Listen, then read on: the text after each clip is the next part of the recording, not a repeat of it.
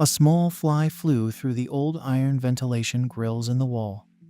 It flapped its small wings, emitting a thin squeak. The next second, she was flattened by two human palms thrown into the air. The thin, black-haired boy examined his prey as if he was wondering what it would taste like. Unexpectedly, he finally touched the fly with his tongue, licking the crushed body from his hand. But he immediately winced, because the insect tasted terribly bitter. Dilapidated walls, old furniture, and basically Spartan conditions.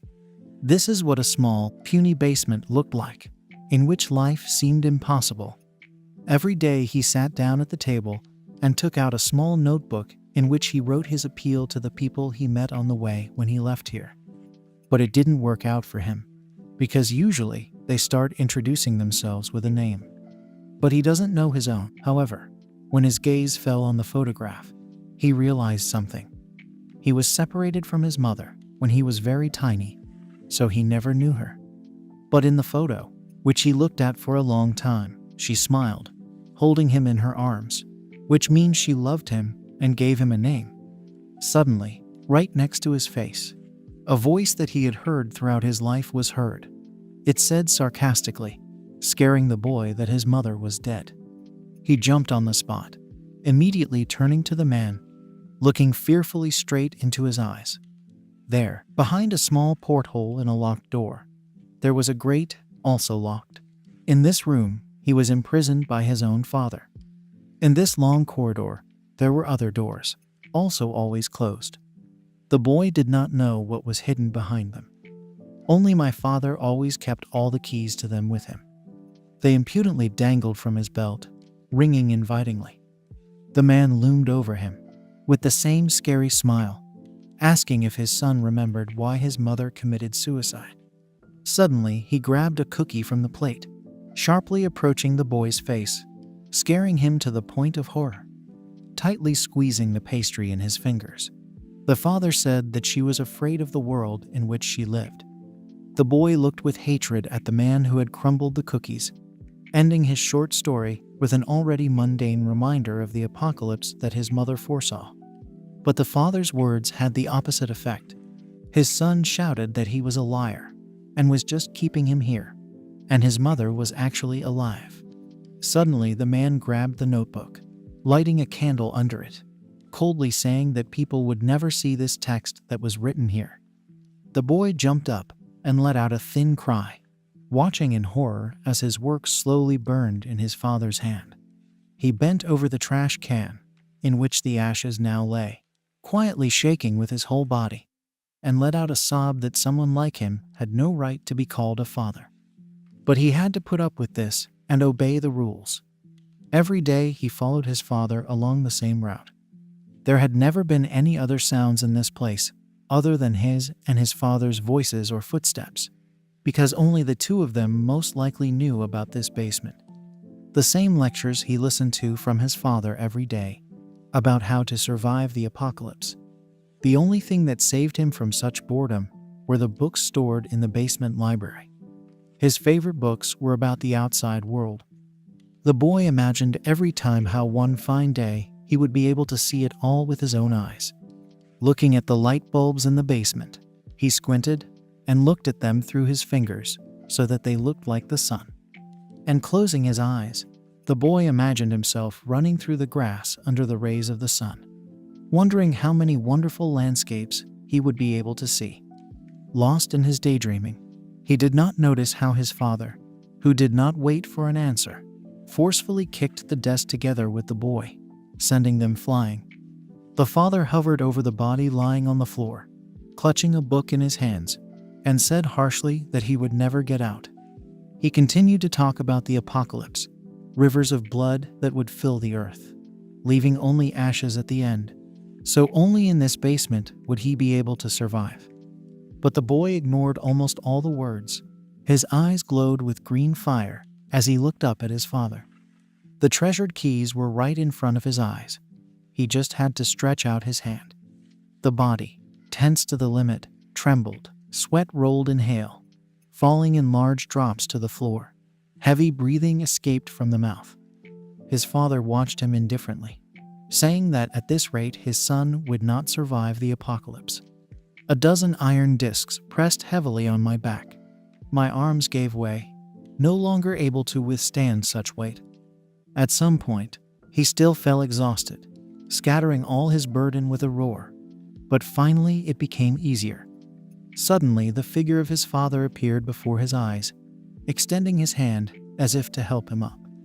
But as soon as the boy trusted, the man pulled his wrist and swung his leg.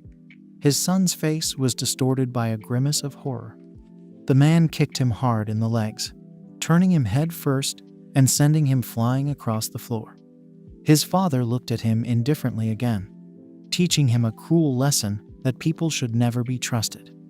But it seemed that the boy no longer heard him, having lost consciousness from hitting the mirror.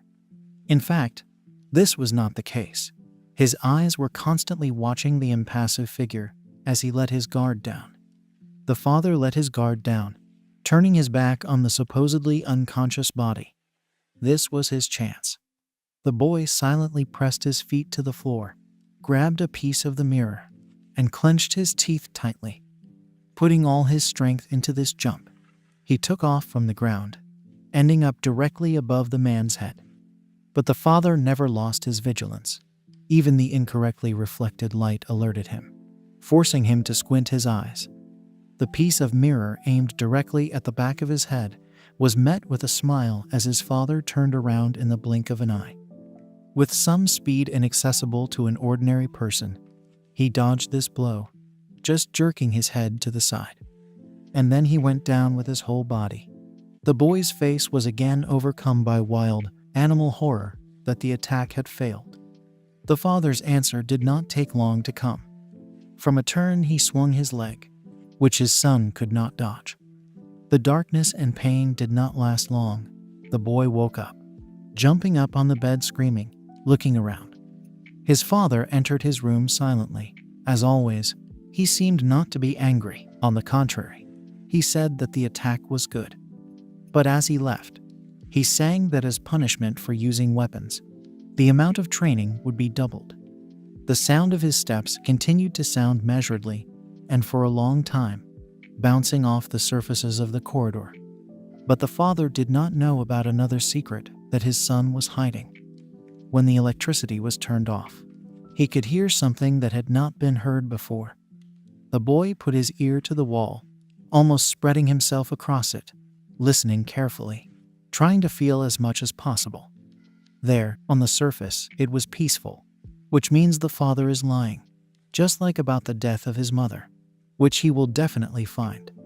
The boy fell asleep again, with the thought that he would definitely get out of here and then find her. The father had already gone far from his son's room when his phone rang. The small screen did not show the number, only the handset indicating the call. But the man knew who was calling him. His face was frozen in a strange mixture of surprise, doom, and some kind of fear. Picking up the phone, his face and voice changed again. He confidently and distantly asked what was the matter, because the case was clearly not an emergency. The man spoke for a long time, standing at attention in the middle of the corridor, remaining the same as at the beginning of the dialogue. As soon as the connection was broken, he fell to his knees, resting his forehead on the floor, and trembled with his whole body, as if he was sobbing. The boy woke up from his father's laughter and immediately discovered that he was tied to a chair with many ropes. He shouted at his father, who paid him absolutely no attention, laughing under his breath. By tensing his entire body, he was able to break some of the ropes tightly wound around his shoulders and forearms. But as soon as he started doing this, his father immediately loomed over him, uttering only one word, "Enough." When asked about double training, he suddenly announced that there would be no more training at all, and instead he would sit on this chair. The boy's face was again distorted by a grimace of horror, misunderstanding, and the realization that there would be no more chance to steal the keys. He desperately shouted that he was going to train him to survive the apocalypse. But the father swung hard and hit him hard in the face, knocking over his son along with the chair. The pain from the blow was hellish, The boy could not even answer his father's question, asking if he had heard his order. But as soon as the boy broke one of the ropes again, his father kicked the chair along with him, this time leaving him lying there. The son, who did not stop tearing the ropes, was interrupted by the blow of some utensils on his face, forcing him to clench his teeth tightly in pain. The resentment towards his father, who locked him here in the basement, beat him in training, preparing him for some kind of apocalypse, became stronger and stronger, pushing him forward. The ropes falling down from his efforts made him feel some kind of excitement that was previously alien to him, from which a smile crept onto his face. At that moment, the boy could only think about how angry his father would be if his own son beat him, as he turned to the man who raised his hand. But his eyes widened in bewilderment when the boy saw his father's face, and his mouth involuntarily opened. Such a painfully familiar face was changed by an expression that he had never seen. But the strangest thing was the tears that flowed from his eyes. The father seemed to regret it himself when he had to beat his son, as if he did not want to do it. The last thing the boy saw before losing consciousness was the sad face of the only person he knew. The first rule his father told him was predictable, namely, it said that leaving the basement was like death. A huge amount of resources was stored in the basement storage rooms. There was, indeed, everything to be buried for many years. Also, my father often repeated that the end of the world comes without warning, so you should never leave the bunker. The boy woke up in the training room, looking around in surprise. His father was not nearby, which was already very strange. The child leaned against the stone wall next to the bars, lost in his thoughts. Suddenly, the lattice door creaked open of its own accord. Like all the other doors in the basement, they swung open as if on cue, opening the way to anywhere. The boy jumped up, wasting no time, rushed headlong to the door, into the corridor. The thought that he must be in time was pulsating in his head. The long corridor did not end, no matter how much the boy ran, but he did not stop. Finally, the boy reached a staircase that went somewhere high up, probably outside. Light was coming out of the hatch, so the boy perked up, working faster and faster with his arms and legs. The sunlight blinded his eyes, accustomed to the twilight of dim lamps. Something incredible was revealed to his gaze. The boy was stunned as he looked at the sun-drenched place of all his dreams. The unfamiliar, rough male voice didn't even make him jump. The shock was so powerful. But he turned sharply to its owner, and even cried out from the surge of emotions. Misunderstanding was reflected on the man's face. The thought that his father could return him back underground drove him forward, away from the hatch. Running through the streets, the boy continued to think. A sudden guess even stopped him, forcing him to listen to it. Opening the basement door was his father's intention. However, the life that was seething on the streets made him distracted. The happy faces of the people were so unusual. It's so peaceful here. The coming of some kind of apocalypse seems simply absurd. Reality did not at all correspond to my father's stories. Suddenly, the sky suddenly darkened. The reason for this was an unidentified object gradually obscuring the sun. All the people standing on the street raised their heads and stared at it in horror. The boy, who had just been convinced that his father was simply crazy, could not believe what was happening. It seemed that only he saw them, terrible monsters of different sizes, types, degrees of fangs and claws. They intertwined into a single stream, consisting of many similar streams. There were many of them, hundreds, thousands, millions, billions. It was impossible to say exactly. The boy imagined how this entire stream dives into his basement, which remains open. They were like a single organism, a shapeless mass that poured in there. Monsters, like the roots of a huge alien tree, filled the street where confused people froze. The body with claws and teeth, without making a sound, rushed at the man who turned up in his way. His bloody head thudded and rolled right under the feet of the man standing next to him. Just a moment after he saw the creature, The faces of the guys who happened to be at the epicenter froze in horror. Their eyes widened and their lips trembled. People seemed to wake up.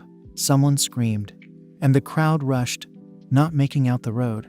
They pushed, dropped each other, constantly looking back, as if they had imagined everything. They were completely unprepared when monsters whose strength could not match even construction equipment began to attack them. With blows of their sharp clawed paws, they mowed down people like grass, and the bloody fragments of their bodies littered the space around them with terrible speed. The boy, who had been prepared for the apocalypse all his life, froze in horror, unable to move, because everything his father had said had become a reality. A huge monster, the size of a mountain. It jumped from somewhere in the sky, causing a shock wave. Tall skyscrapers collapsed like a house of cards. Concrete hulks fell. It was scary to think how many people died from this. Barely moving his suddenly very heavy legs, the boy made his way along with the crowd, trying not to fall. Suddenly, his father grabbed his hand as if out of nowhere, jerking him out of his internal trance and chaos caused by the monsters attacking the crowd. The boy ran after his father, now unconditionally trusting him. They turned into an alley, but a crowd of monsters poured out of there. The man instantly jumped over the fence, changing route, and shouted to his son to follow him. They were approaching a bridge on which a blockage of dead and living people and broken cars had formed. The boy saw nothing but his father's back. The monsters stepped on their heels with terrible speed, breathed their fetid stench into their backs, and the entire space was filled with screams with renewed vigor. Father and son did not stop without looking back. The bridge ahead was completely empty. Cars, people, and houses were mired in a single monstrous mass, demolishing everything in its path. It seemed that a little more, and they would swallow the bridge. The boy looked around in panic, shouting to his father that the monsters were catching up, and they couldn't escape. But he remained indifferent. Suddenly, a dry, disgusting paw of a monster wrapped around his leg, holding him tightly and not allowing him to take the next step. The father jumped up in time with a concrete slab, at that moment when the boy was no longer expecting help, and swung his hand, intending to hit the monster. The skin fell away along with the monster, leaving a very itchy wound on the leg that quickly throbbed, making it difficult to even move. But it was impossible to hesitate. They advanced, suddenly quickly moving with all the diversity of their limbs. The boy fell again, plowing the asphalt heavily with his body, tearing off the skin from his arms and legs. The silent figure of the father loomed over him again, waiting for something, apparently thinking that his son would rise. Only the boy quietly but desperately whispered that he couldn't run. But his father had a chance to escape. He didn't look up, because he didn't want to see him leave. But the father sat down, holding out his hand to him, and suddenly calmly asked why he didn't get up. The boy shouted that he should ask why he didn't run away, because he had no chance to escape.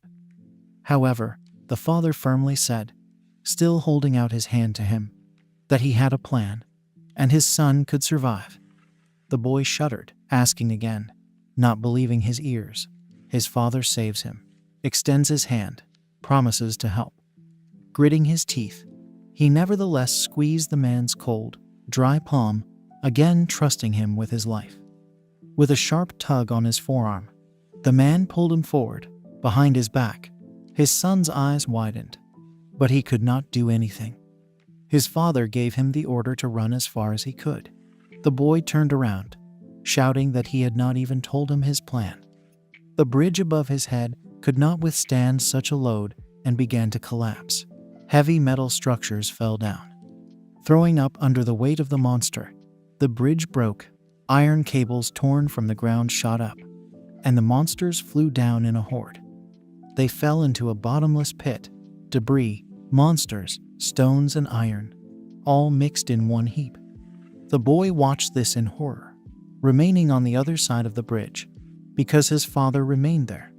Exhausted from worries, stress, and other shocks, he sat down on the edge of the surviving bridge, not seeing anything in front of him.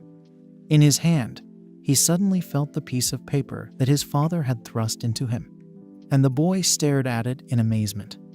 A huge paw of a monster suddenly appeared from the abyss, crumbling the ground beneath it, interrupting him at the moment when he wanted to read the note. He rushed to run, quickly moving all his limbs over the animal, but the pain in his injured leg shot through his whole body. However, when he finally managed to jump off the bridge and even tried to group himself, the monster rushed after him, breaking the fence. Upon landing, the air was knocked out of the lungs. The body trembled even more. There was no strength to fight, and I didn't want to. There was no goal. Despair, sticky fear, wild pain, and fatigue fell on him at once, not allowing him to lift a finger. A piece of paper pricked my hand, reminding me of itself again. Having looked at the text, bitter tears rolled from the boy's eyes. There was a noise in his head, and there was a strange pang and tug in his chest. The body shook even more. On a small piece of paper, there was an inscription of only 3 words, but the most important ones in the boy's life. Now he had a reason to fight, even more. He was obliged to survive in this battle, because his mother was indeed alive.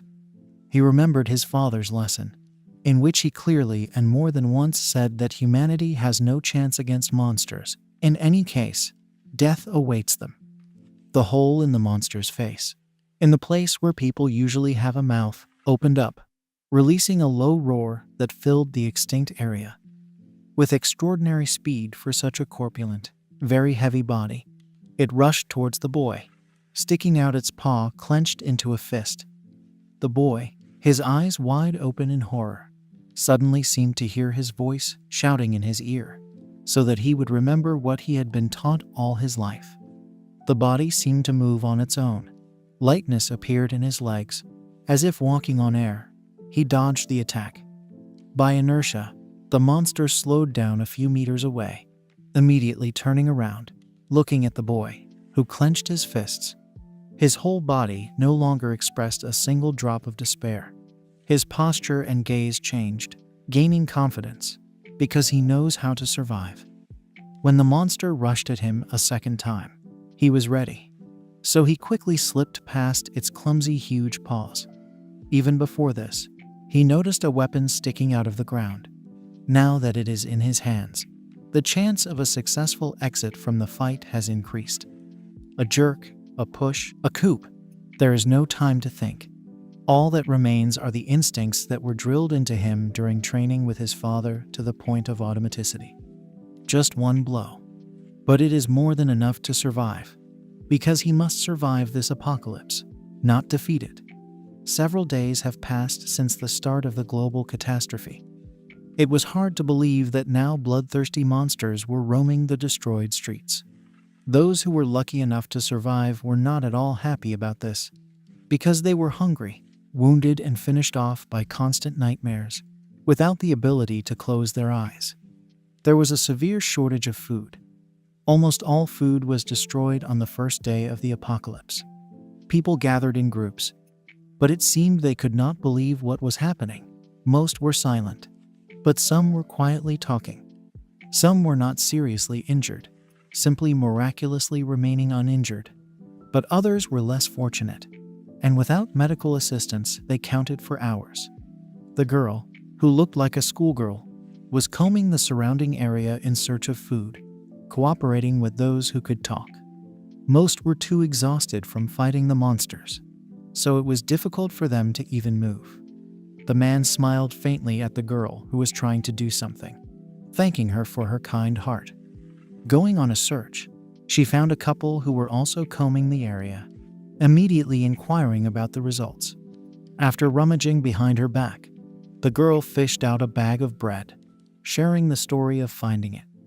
However, as soon as the girl exclaimed joyfully, the couple snatched up such a valuable supply in one sitting, brazenly grinning right in her face. Because of such injustice, the schoolgirl angrily screamed that they had no right to eat this, because there was an agreement, and besides, yesterday they received part of the common supplies. In a voice ringing with anger, She announced that she would definitely report them to the group. The bald guy, who had previously only grinned at her every word, suddenly stood up to his full height, and his face took on a dangerous look. The girl, if she was scared, did not show it, in turn offering to catch up with her first before figuring it out. Suddenly, the attention of the trio was attracted by a chilling howl, ending their conversation mid-sentence. A few seconds passed, and the guy, exhaling with relief, said that the sound came from afar, which means they were not in danger. Then his gaze returned to the girl, who, covering her face with her hands, was curled up into a ball and trembling slightly. The bald man neighed loudly, mockingly asking her why she pretended to be tough, when in fact she was just an ordinary coward. But the girl's gaze was already drawn to the bag of bread, lying peacefully among the stone rubble.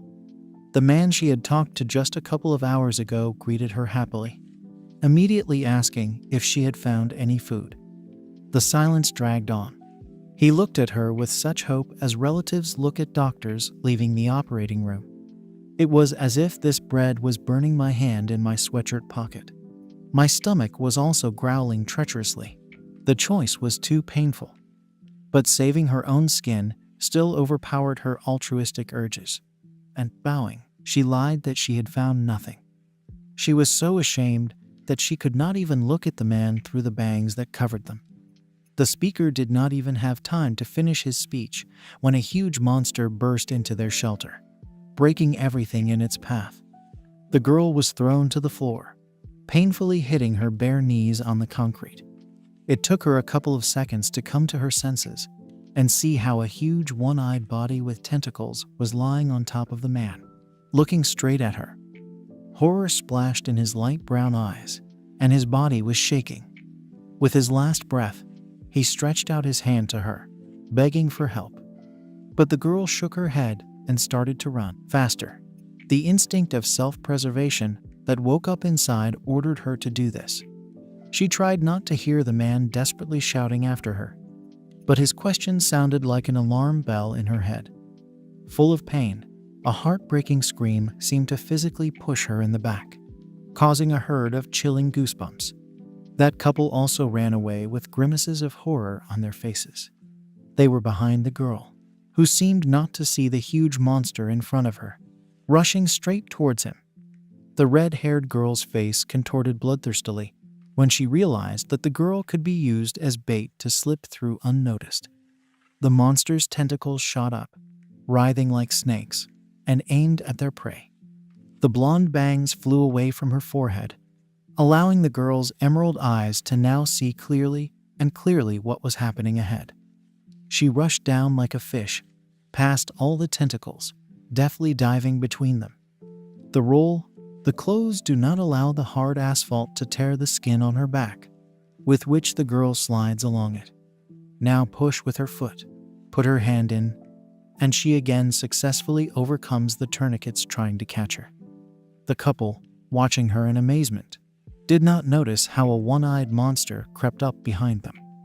The schoolgirl leaned against the wall, breathing heavily, and could not come to her senses, not believing her happiness. The blood was pounding painfully in her temples. Due to the fact that there was no danger, she allowed herself to slump down the wall, wiping the sweat from her forehead. Suddenly her gaze, searching the space, stumbled over the body of a boy, apparently still alive, but also lying exhausted on the ground. By some miracle, she managed to notice the monster that had appeared in this alley, but had not yet sensed them. Horror gripped her body, and her heart was beating so fast that it seemed like it would jump out of her chest. Without understanding why, he grabbed the boy by the t-shirt, pulling him towards him, and hid around the corner. The monster did not notice them, but suddenly the eyes of the boy, who had come to his senses, stared at the girl, who continued to press him to her. In one movement, he jumped several meters away, looking at her from under his brows, like a hunted wild animal. However, he made the girl squeak in surprise when he spoke, hostilely asking what she was planning to do to him. but a painful spasm from hunger in his long, empty stomach forced him to bury his black-haired head in the dusty asphalt. Trembling, the girl bleated that she had no food, watching the strange boy with all her eyes. But he, frowning, asked why she even said this, because he did not ask her about it. The girl, waving her hands, immediately began to justify herself that she just said so. So she did not notice how the treacherous piece of bread fell out of her pocket. The boy stared at him with all his eyes. Somewhere in the subcortex, there was a feeling that this was food, and his mouth filled with saliva. Not trusting his subconscious, he asked the suddenly silent girl if it was food. She, of course, began to deny, not even hoping that he would buy it, but simply automatically. But the boy really wondered if he had made a mistake. The schoolgirl breathed a sigh of relief, rejoicing at her luck, because only an idiot would not recognize the food. However, the boy suddenly threateningly interrupted her denials, declaring that she was lying, and he was not such a fool who would believe a man's tales. His eyes lit up with a grim determination to get food at all costs in order to survive, even if he had to fight. But this was not necessary. A hand appeared right in front of his face with half of the strange food clutched in it. The girl voluntarily refused half. A logical pattern exploded in his head, and the thought that a stupid person was deliberately reducing his resources came to him.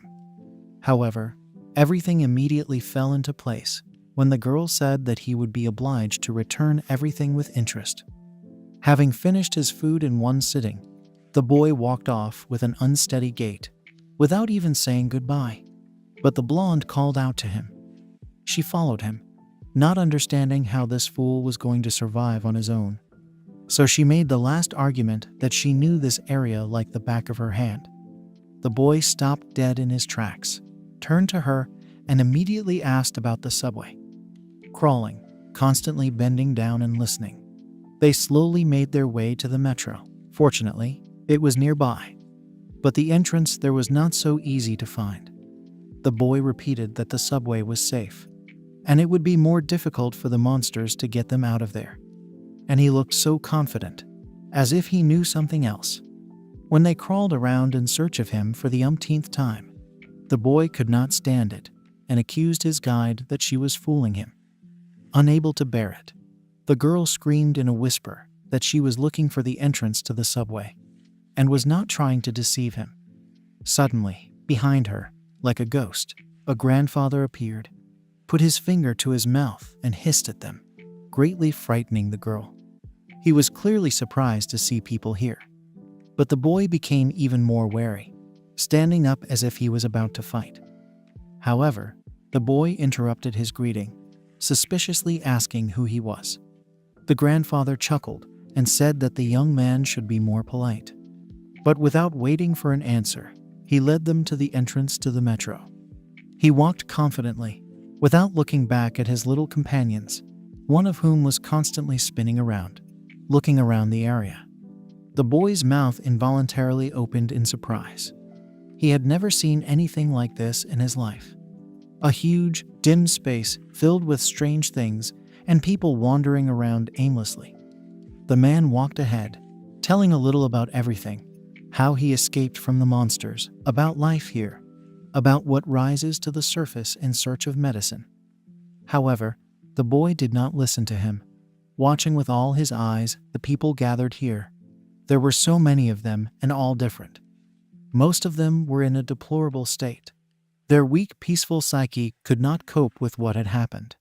Monsters haunted them not only in reality, but also in their memories. The boy had the feeling that all these people, despite the fact that they were hostile, did not pose a danger to him. He could instinctively understand, as if touching them with his heart, who was dangerous and who was simply wary of him. Finally, they reached some nook, and the man turned to them, already introducing himself by name and profession. The girl, after a slightly prolonged silence, introduced herself as Anbai, a student at a technological high school. The doctor exclaimed that it was not for nothing that her uniform seemed familiar to him. because this school was not so far from the place where he worked. Turning his gaze to the boy, he carefully examined him, but said out loud only that he had probably experienced a lot already before the apocalypse. However, the man still asked again what his name was, but the boy was in no hurry to say. Deciding that a little frankness would not hurt, he replied that he did not have a name, or rather, he did not know it. The doctor and the girl froze in amazement, each wondering what to answer. But finally, the man broke the silence without insisting. Finally, their awkward conversation was interrupted by a girl calling for help to the injured doctor, who immediately turned to her. The guy leaning against the wall was very ill. Heavy breathing was whistling from his chest, and the bandages on his stomach were soaked in blood. The doctor didn't even need to conduct an examination, and without him, it was clear that things were bad, and the guy wouldn't survive without surgery. In the robe, there was a whole first aid kit for emergency medical care. Of course, a lot was missing, but the most necessary things were there. The boy's sudden question about how much he charges for treatment made him freeze in surprise, not believing his ears. All eyes full of surprise, misunderstanding, and even condemnation were focused on him. Pulling out some kind of instrument, he continued to prepare the patient as if nothing had happened and quickly said that he didn't need it. And he smiled encouragingly at the excited guy, reassuring him that most of his operations were successful. From an overabundance of feelings, the guy suddenly threw himself on his neck, thanking him for saving his life then. The guy watched this scene intently, seriously thinking about it. Why people are so strange and stupid if they help each other for free. Suddenly, the guy's gaze, with his face pressed into the doctor's chest, noticed a sign indicating his position and name. The young man immediately turned gray and trembled, almost jumping away from the man, trying to remove the tourniquet on his leg, while muttering that he refused. A scalpel flashed in the doctor's hand, and he calmly said, preparing the equipment, that it was impossible to untie it, because it could end badly. The guy jumped up in panic, despite the pain of the wound, crying out that the doctor could not treat him, because he was a veterinarian. He tried to calm him down, assuring him that people are animals too, while at the same time looking for anesthesia, which never existed. Before the patient saw what he was going to do to him, the doctor, under the shocked looks of onlookers, put the guy to sleep with a blow of a brick. Tired of screams, conversations, and people in general, the boy quietly left the room, found a secluded place, and sat down there.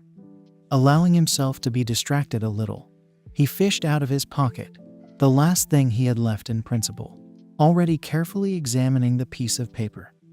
The area looked strange in the photograph. The boy could have sworn that there were no such plants in the reference book about plants, but perhaps he was mistaken. A fly flew past again, which the boy did not even immediately notice. A feeling of déjà vu arose when the caught insect turned out to be unbearably bitter, like all the others before it. At this time, the metro was busy. Two young people ran at full speed to a man looking out for something in the tunnel and reported that they had gathered almost everyone. The people, who were almost forced to gather together, were whispering indignantly and excitedly to each other. Some brave guy defiantly called out to the man whom everyone else called the boss with trepidation, asking by what right he had gathered them here. A look that seemed to look straight into the soul, thoughts that pulled out the most hidden fears and aspirations, chilled my back. The guy immediately fell silent, as if he had seen a ghost, frozen in horror. His teeth beat out a rapid beat, and his heart beat faster. Bravely, he stepped forward on stiff legs. Reality floated away. It felt like this was some kind of terrible dream. The man pressed his gaze hard on him, so much so that all the guy's organs refused to work. The instinct of self-preservation sounded the alarm. Having found what he wanted in the guy's eyes, the man instantly closed the distance between them, delivering a crushing blow to the stomach. The opponent rolled head over heels on the damp ground, unable to resist. Having lost all his courage, he whined pitifully, begging him to stop, not so much because of the pain from the blow, but from the pressure of those eyes. The man pulled out more pain and more fear from his soul, not noticing at all that he had gone too far until he was called out. Stretching his neck, as if it had been tense for too long, he turned to the people, declaring that they could not leave this scoundrel.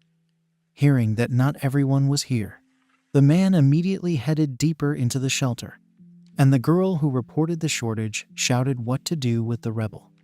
The guy's face was frozen with horror when he heard the order given in an indifferent voice to tie him up and throw him outside. The boy felt bad. His leaden eyelids were sticking together, and he did not understand whether it was a dream or reality.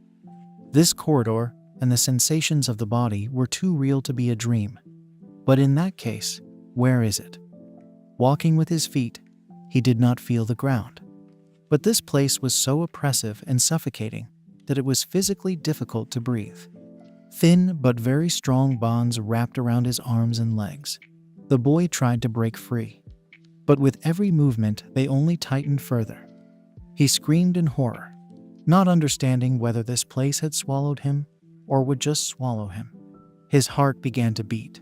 Cold sweat appeared all over his body, and the boy opened his eyes when he was swallowed up by the abyss of sleep. But the reality turned out to be no better. Before he even had time to catch his breath, he saw some people towering over him, looking at him. One of the men with a very rude face and a scary look said that he had 2 minutes to get to the center of the station. When the boy stood up, the man inside even sighed in frustration, because he was hoping to see something more interesting than the weak-willed boy.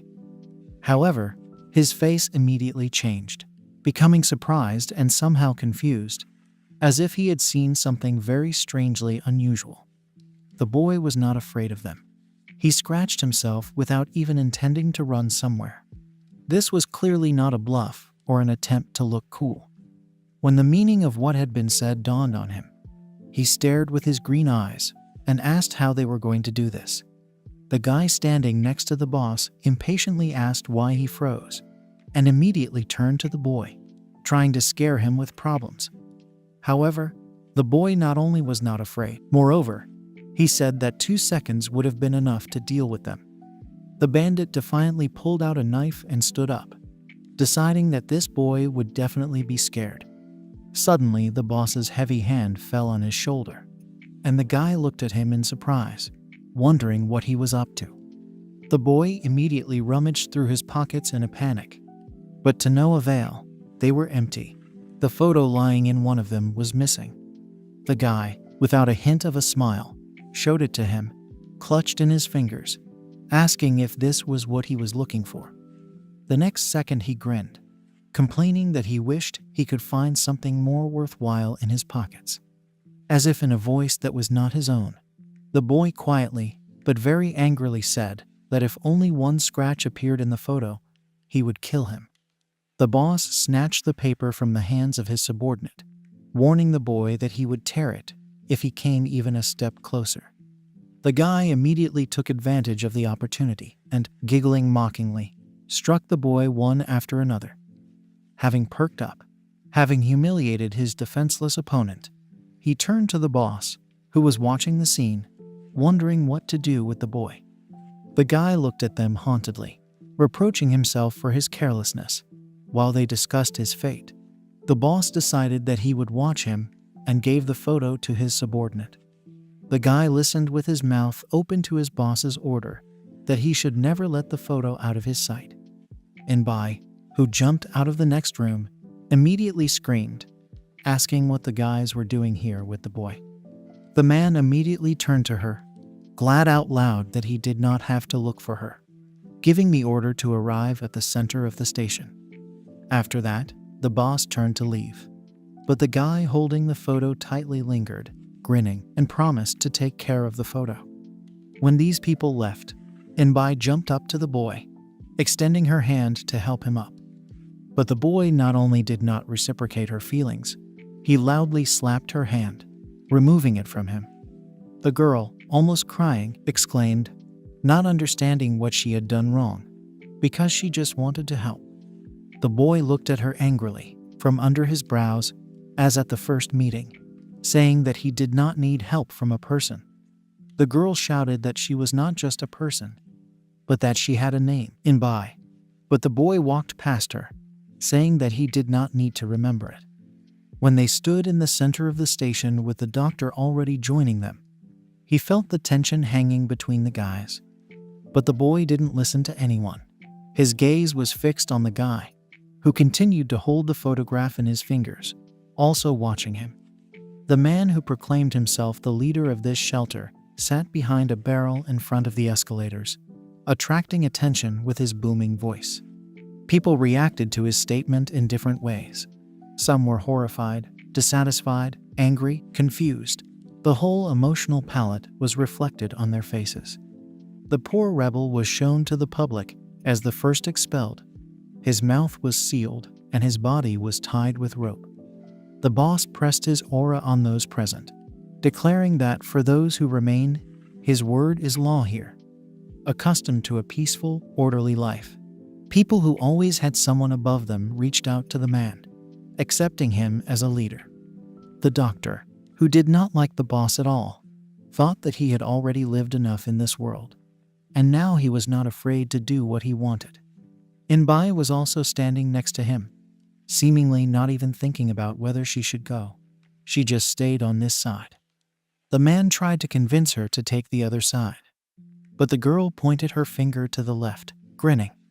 Besides the three of them, there were about a dozen more people here who, for one reason or another, did not follow the chosen leader. Some strange-looking girl panicked, probably regretting her own choice.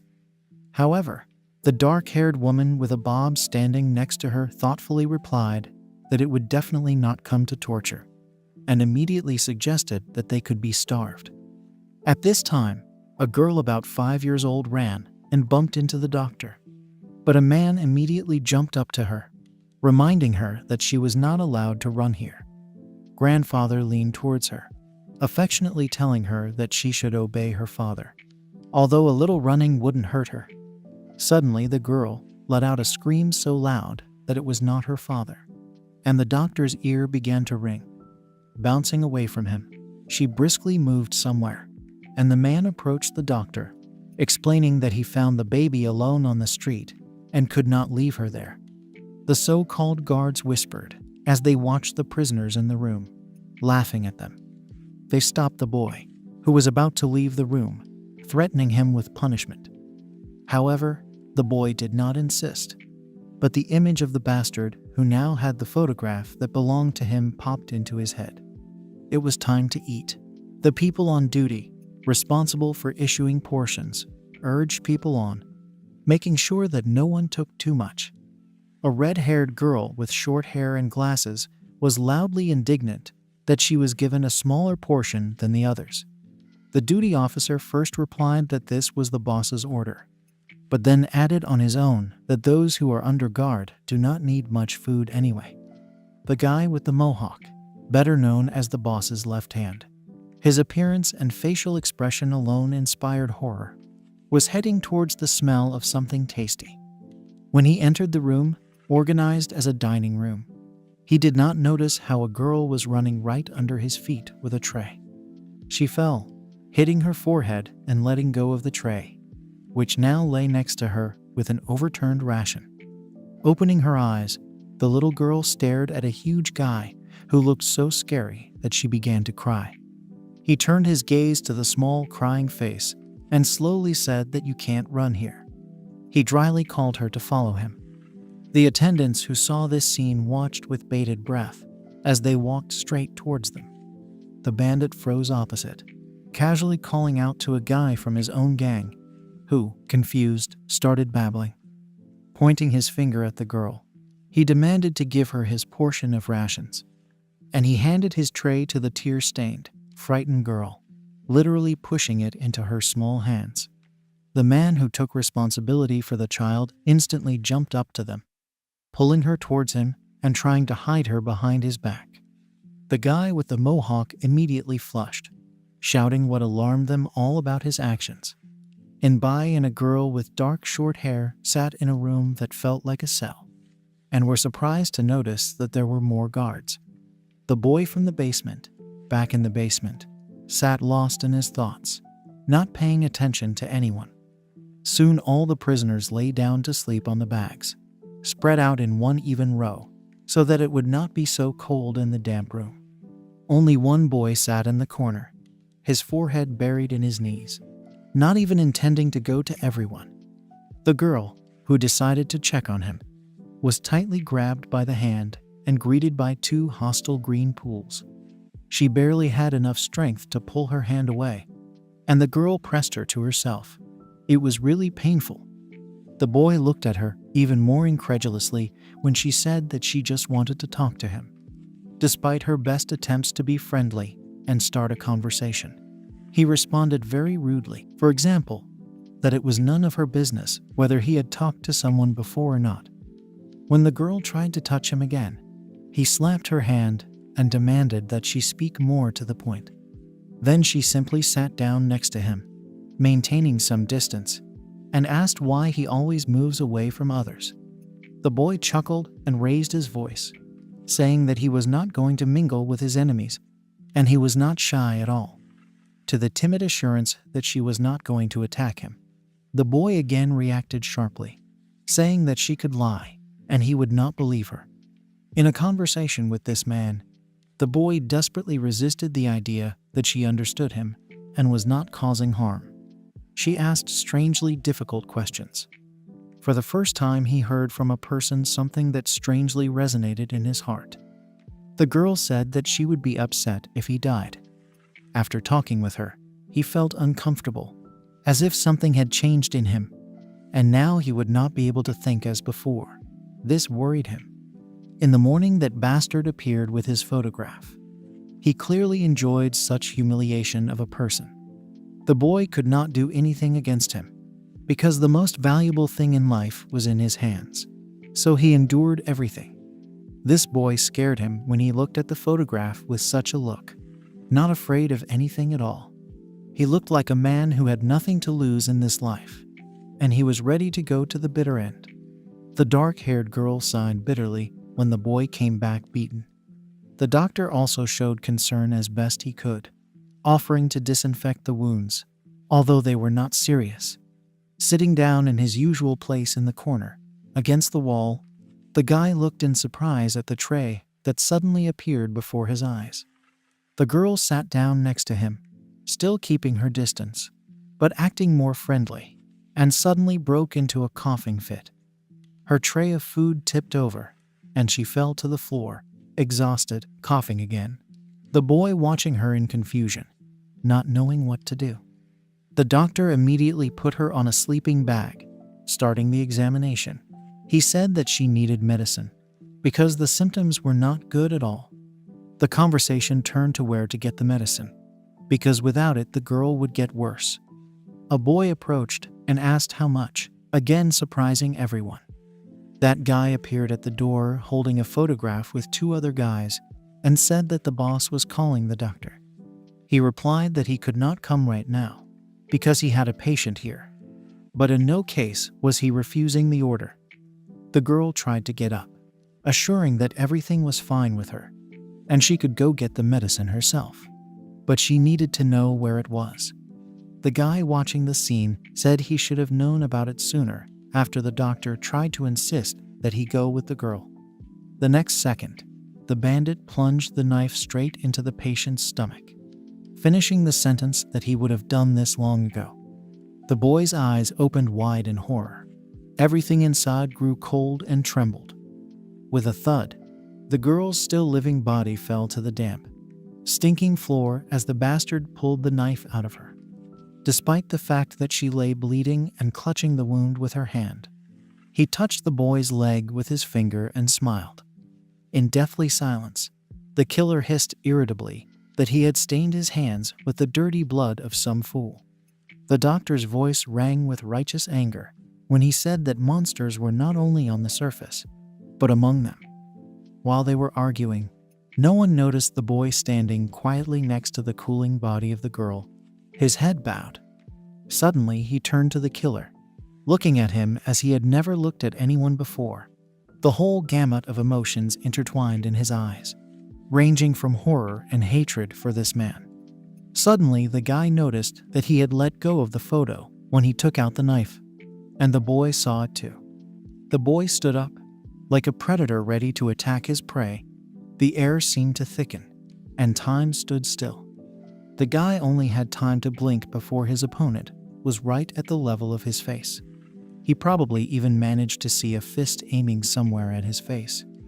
But it was so fast that not everyone could even notice how it happened. The blow was so strong that the guy was thrown away. But the boy didn't feel anything. There was a noise in his head. And a moment later, the knife was already pressed to the bandit's throat. One last movement, and the girl would be avenged. But it seems that the killer was already unconscious after being hit in the face, which was very red, and his mouth was missing teeth. The doctor shouted, trying to get through to the boy, getting seriously agitated. But he seemed to have gone deaf, and there was a struggle going on inside him. The boy turned to him, coming out of his trance, and listened when he shouted that once he killed, there would be no turning back. It seemed that the doctor was sincerely worried about his state of mind. This was visible in his eyes, tense figure, and trembling voice. However, as soon as the boy lowered the knife, a guy with a bat immediately jumped up to him, intending to hit him in the back of the head. But he dodged, noticing in time a new opponent, who was not even hiding, and with horror in his eyes, he hit his comrade in the face with a bat. One back kick, and the attacker flies away from him with his face twisted in pain to the other end of the room. He landed right at the feet of his comrade, who did not understand what he should do now, so he continued to stand. However, it was he who happened to have a photograph under his feet, and the guy quietly said, turning to the boy, that he treasured this photo very much, and he simply handed it to him, asking him to keep it more carefully and be more careful. While his hand shook, the body of the murdered woman was immediately covered with thick green material. Everyone crowded around, still horrified by what had happened. The silence was broken by a plump, mustachioed man, who in an accusing tone demanded an answer from the boy as to why he hadn't beaten these guys before and generally listened to them. He looked at him in surprise and replied that they had a photograph that was important to him. The offended man snorted, but fell behind. But the boy immediately asked the people if they had seen such flowers. Unfortunately, no one knew, and the boy became completely upset, especially when they started asking him stupid questions. Hearing that the boy needed to get to this place, the doctor again became very agitated and began to dissuade him. Suddenly, the boss appeared in the doorway. He crept up unnoticed and muttered that everything turned out interesting. Rolling up his sleeves, he looked down at him, saying that he would now clearly explain to him how to behave.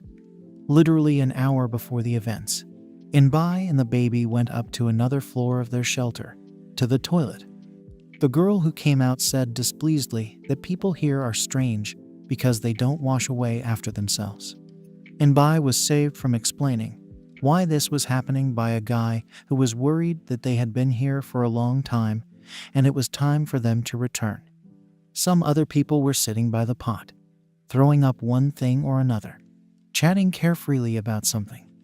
Suddenly, large pieces of stones fell from the ceiling directly into the soup, causing the guys to jumping away from the pot. From above, from the hole that had formed, a many-eyed monster was climbing straight towards them. They didn't even have time to react, when the next second this fanged carcass jumped on one of them, its mouth opening. The only guy who was not injured at the hands of the boy warned the boss to be careful with him. However, he brushed him off with one elbow to the stomach, which sent the poor guy flying several meters away. The boy's eyes were open so wide that the man even licked his lips, imagining how deep he could crawl inside his soul. However, it was not he who looked into the boy's soul, but the boy who opened his soul, turning him inside out so that the man, breathing heavily, woke up. These were not the eyes of a child, but of some monster that almost swallowed him, sucked out his soul. Everyone watched with their mouths open as their leader plopped down on his butt in front of the child, looking at him in horror. Suddenly, they were interrupted. A bloody, groaning man crawled into the room with an unsteady, as if not human, gait. Those gathered with all their eyes watched the strange man with misunderstanding and horror. A monster that had pierced his skull sat right on his head, having already managed to thrust its tentacles into his brain, but left him alive. Suddenly, the man was spun around, arching unnaturally. His bones cracked, and he wheezed. At that moment, everyone clearly understood that a monster had snuck into their safe haven in the middle of the apocalypse. Its tentacles gouged out the man's eyes, bursting through the sockets, and rushed towards their boss, who caught one of them and yanked it towards himself. One blow. But what a blow! There was a crunch of breaking facial bones. However, the monster was not going to give up. He got out of his master's body, but immediately received an axe in the body, again from the boss.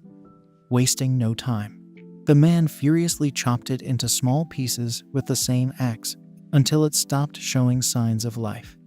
People who had already said goodbye to life whispered in disbelief that the monster was no longer moving. All eyes in the room were focused on the boss, breathing heavily after the fight, but he was the first to kill the monster. As soon as timid smiles appeared on their faces, a new monster noisily burst into them, breaking down the wall. The smiles immediately disappeared, as if they weren't there, giving way to doom and shock. A huge body with long arms and strong fingers, legs like pillars, and also covered with thick armor. The animal fear that had once again taken root stirred up their recent memories. Even their leader, who screamed at the top of his lungs, could not compete with it. However, some took up arms, inspired by the speech of their leader, who, right before their eyes, had just killed one. And this one was also alone. It was only when the boss was about to give an order that either a wheeze or a groan escaped from his throat. Blood sprayed from his nose, and his eyes glazed over. The monster he killed with his own axe pierced his chest and neck, lifting him off the ground. At that moment, several more monsters broke through the wall, filling the small room with their grinding screams. Everything was mixed together. The monsters turned this space into a bloody meat grinder from which no one would get out alive. Suddenly, the man remembered the girl he had sworn to protect. His heart skipped a beat. What was wrong with her? The doctor grabbed his hand, correctly understanding the body jerking in the direction of the doorway, shouting at him that he had gone completely crazy. Realizing that the monsters had appeared from the entrance, the man fell to his knees, not believing what had happened, looking ahead. Grabbing his hair, he felt hysteria coming on. It was becoming very difficult to take a breath, and the noise in his head was getting louder and louder. However, one of them still leaves the room at a fast pace, so that no one can catch up with him.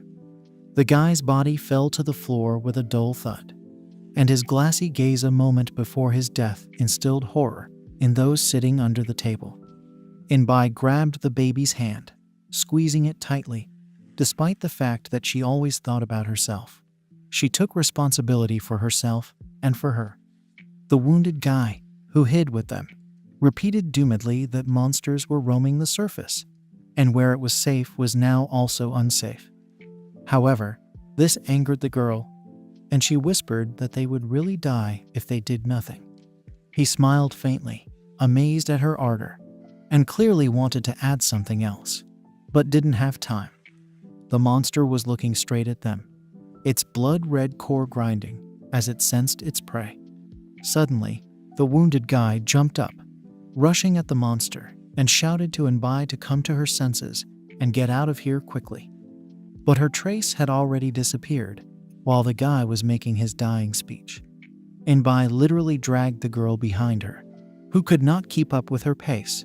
Adrenaline spread through the cells, which immediately filled with strength and lightness. A few survivors tried to fight the monsters, but it was in vain. These monsters were not only invulnerable, but also possessed amazing strength and speed, bypassing people at all points. Suddenly, a boy appeared in their room, confidently and fearlessly moving towards the monsters. He prepared to fight, taking a stance against the monster that had killed their leader. With some inhuman, bestial movements, he seemed to fly past the tentacles trying to grab him. Having grabbed two of them, the boy accelerated and was now running along a route known only to him. Finally, he stopped in front of the boss's body, from which the monster had sprouted, and clutched the tourniquets in his hands. More than a dozen of these devices were tied into a tight ball without the ability to move. Having slipped behind the back of the corpse, the boy tore off the monster's toothy body with one jerk. The remaining individuals, who had dealt with the people, finally noticed him and headed there. A huge fanged mouth loomed over the boy, exuding the foul breath of hundreds of corpses. However, the boy covered his mouth with one blow of his knee, at the same time disorienting him. A powerful jump, and now he is dodging another attack from the monster, hovering above his head. Finding himself behind, he grabbed the axe, but with a tired look he managed to notice the monster's elbow flying straight at him. By some miracle, he still managed to jump away, tearing the weapon out of his flesh, and land on his feet. The huge difference in strength and continuous regeneration made these monsters invincible to humans. But my father said that there is no living creature in the world that cannot be killed. He had to aim at the place where his life was concentrated, and the boy knew how to clearly see these places. To him, they looked like shining clusters of streams merging into one small core pulsating within. One blow to it, and the monster crawls into ribbons. The huge body disappears right before our eyes, and in its place, only a small ball remains, reminiscent of the fact that it was once a monster. The boy looked at the unusual structure in surprise, not understanding whether this was the death of the monster. The little girl screamed loudly, because she saw how the monster was chasing them, no matter how quickly they ran away from it. Inbai seemed to see nothing in front of her, dragging her along in tow, and did not look around at all. Seeing the monster, she slowed down and fell to the floor, rolling away from him. And then everything was in a fog when she jumped over the threshold of the room where all the survivors in the shelter were. The man, who was most worried about his girl, immediately rushed to Inbai, asking where the baby was. The hand in which she squeezed the girl's palm was empty, and the thought of the lost one pierced her head like a shot. The baby cried loudly, calling her sister for help, not understanding why she ran away without her, and a monster was approaching her from behind. The schoolgirl's eyes were filled with horror at what she had done, because it was her fault that she did not hold the girl. Suddenly, that guy with a mohawk appeared from behind. He knocked the monster off course with one blow, saving the child at the last moment. The next moment, he grabbed her in his arms and rushed through the doorway of the room in which everyone was hiding. And he immediately turned around, ready to protect them from the recovered monster, which was already heading towards them. But he suddenly turned around and headed in the other direction. To the boy, who could barely stand on his feet from fatigue, having already defeated 2 monsters, but was surrounded by 3 more. The thought of whether it would be better for him to run away was so attractive. He would definitely have done so before, but now for some reason he could not. This completely overwhelmed him, and the boy lost his vigilance, noticing the monster's claws near his back too late. A burning pain burned his back. The boy felt his skin and muscles tearing, how blood began to flow out of the wounds. The body could not withstand such loads, and the boy trembled, landing on his elbows. Suddenly, a guy with a mohawk stood in front of the monster, blocking him, and asked if it was true that he knew how to kill the monster. A man came out of the room with him, expressing a strong desire to help them both. The boy couldn't believe his ears, even after asking if they were really offering help. It just didn't fit in his head. The guy with the mohawk looked at him completely seriously and replied that they were doing this in order to survive. The man extended his hand to the boy, confirming the boy's words that they could not all survive without him. However, the boy rejected her, still being sure that people cannot be trusted. Concentrating completely on the battle, he asked his assistants to distract the monsters while he dealt the decisive blow. They began to carry out the plan, inflicting noticeable blows on the monsters, but not causing any damage.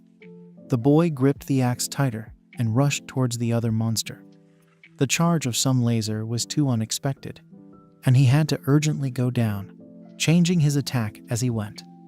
However, this was only the beginning. The monster's balls flew straight at him like a hail, and he dodged them, trying to get close to him. Finally, he jumped, raising his axe to strike, and aimed at that very spot. Pain in his back pierced him, and the boy missed, watching in horror as the monster came to its senses. His partner saved him from the laser, covering them both with a small shield. The boy had already managed to say goodbye to life at that moment.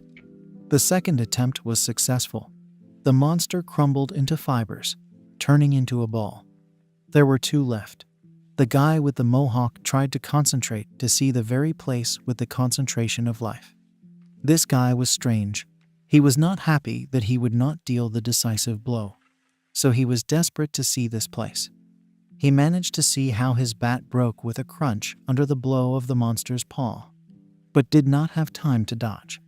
He was thrown into the wall with such force that he let out some kind of wheezing or howl of pain. They dealt with another monster together, of course. It was easier with assistance, but they were fragile and weak, making you worry about them. Suddenly, the boy remembered another monster that he did not have time to deal with. He had already managed to regenerate, grow new, albeit not so long, tentacles, and kill the woman by piercing her right through.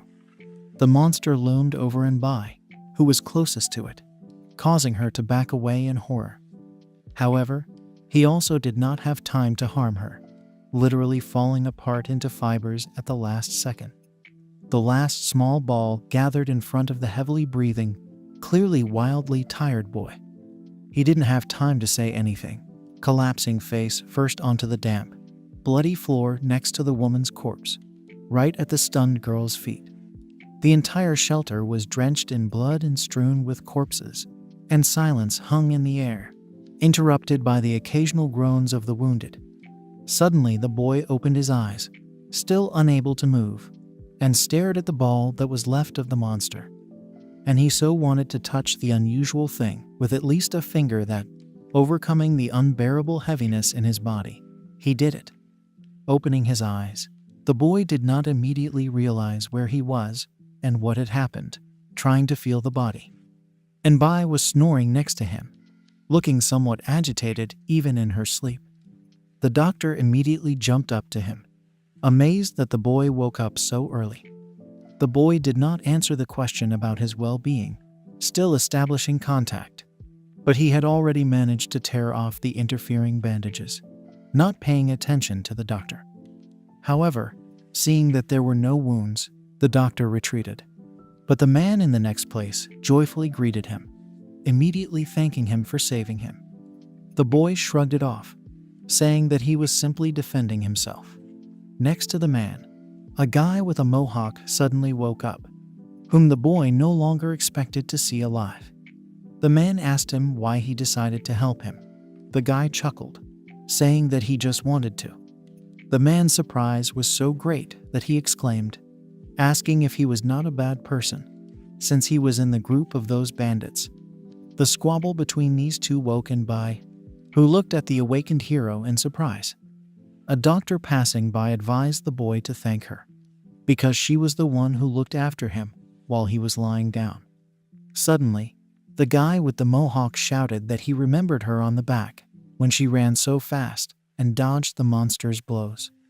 However, the girl stood up without even turning to him or saying a word, and simply walked away, leaving the guys at a loss. The boy managed to notice a strange expression on her face, as if she was holding back tears. and therefore now left without saying anything. Suddenly, he called out to her by name, asking if that was her name, not yet fully understanding why he was doing this. She simply agreed, but her voice and mood immediately changed. All the survivors gathered in one of the rooms of the shelter. Summing up, it turned out that there were only 12 of them left. The most unusual thing was that all the bodies found were gray, as if all the color had been sucked out of them. Immediately, conversations began about the origin of these creatures. There were many versions, from a government experiment to aliens. However, a plump, mustachioed man interrupted them, announcing the most important question that needed to be dealt with. Who was this boy? All eyes turned to him, sitting on a chair in the middle of the room, waiting for him to finally answer. Raising his eyes, the boy looked at them all and said that all his life he had been preparing for the apocalypse.